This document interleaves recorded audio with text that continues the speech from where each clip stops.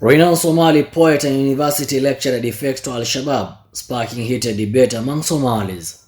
Nagaya Ali Khalif, a prominent university lecturer and celebrated poet, has found himself at the center of controversy that has captivated the Somali population, both at home and abroad.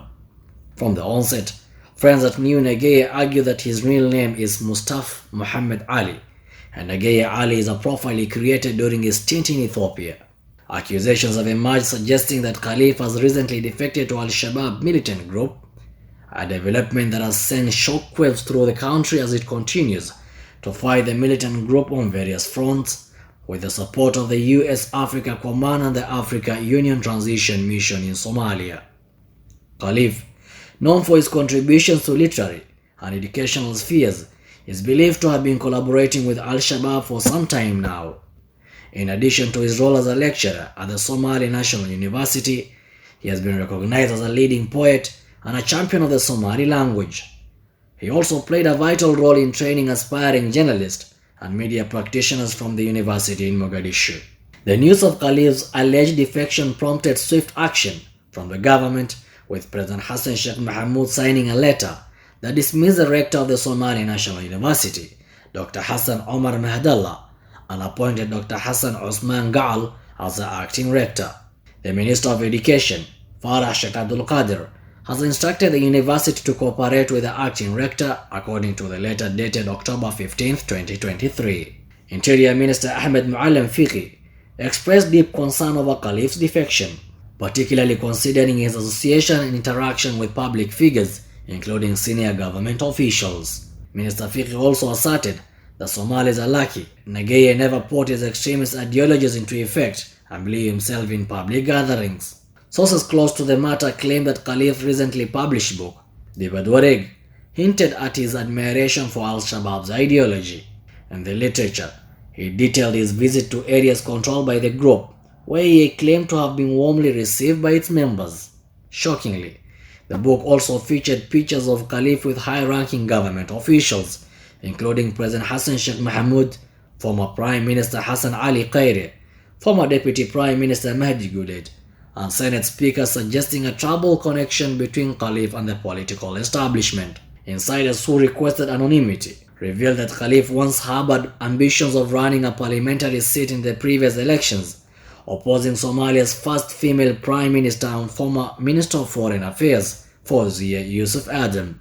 They alleged that former President Mohamed Abdullahi Farmajo had lobbied for Khalif's candidacy, but his bid was ultimately thwarted with the intervention of former Prime Minister Mohamed Hussein Roble, who assumed the responsibility for the country's security during the elections and threw support behind Adam, leading her to victory.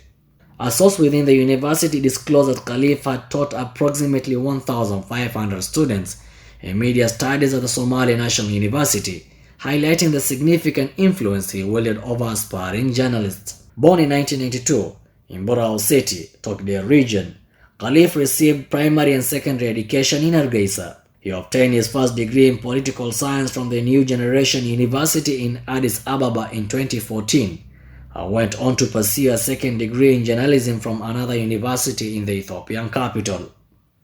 In his early years, Khalif dabbled in literature, although he kept his works hidden from the public view. For the past few years, he resided in Mogadishu and served as the Dean of Journalism faculty at the Somali National University. Those who knew Khalif personally described him as an unwavering and resolute individual. In December 2018, he applied for a position at the BBC Somali service but was not selected. Abdullah Sheikh Abdirazak, the former editor of the BBC Somali, explained on his Facebook page that Khalif was not hired because he refused to refrain from expressing his political views on the breakaway region of Somaliland. Khalif insisted on retaining his controversial poetry while functioning as an independent journalist, which was incompatible with BBC's requirement for neutrality. Despite this setback, Abdirazak acknowledged Khalif's strong convictions. A recent revelation about Khalif has left the public with many questions and answers. Anonymous friends who spoke to Dalsan have claimed that he held anti-Ethiopian and anti-foreigner sentiments, which led to his exclusion from speaking engagements during Ethiopian Prime Minister Abiy Ahmed's visit to Somalia during the previous administration, led by former President Mohamed Abdullahi Farmajo. Ironically, Nagia's extremist ideologies got him to even compare former Al-Shabaab leader Ahmed Godane to the heroics of the late Somali freedom fighter and religious leader Sayyid Muhammad Abdullahi Hassan. Khalif reportedly welcomed Taliban's takeover of Afghanistan, stating similar aspirations for Somalia and expressing support for Al-Shabaab militants in overthrowing the central government. He even composed poems that criticized the presence of ATMIS troops, who were assisting the Somali government in its fight against Al-Shabaab. The allegations surrounding Nagia Khalif's defection to Al-Shabaab have sent shockwaves throughout the Somali community.